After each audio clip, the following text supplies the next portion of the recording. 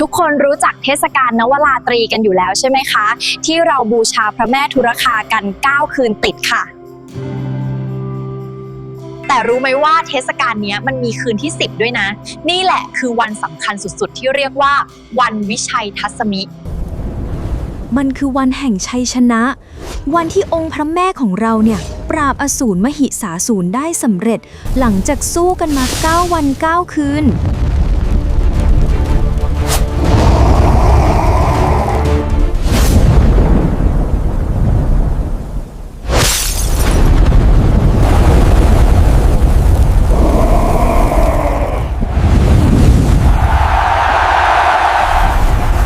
เพราะฉะนั้นวันวิชัยทัศมิก็คือวันฉลองชัยของพระแม่นั่นเองเป็นวันที่เราจะจบการบูชาอันยิ่งใหญ่ของเทศกาลนวราตรีอย่างสมบูรณ์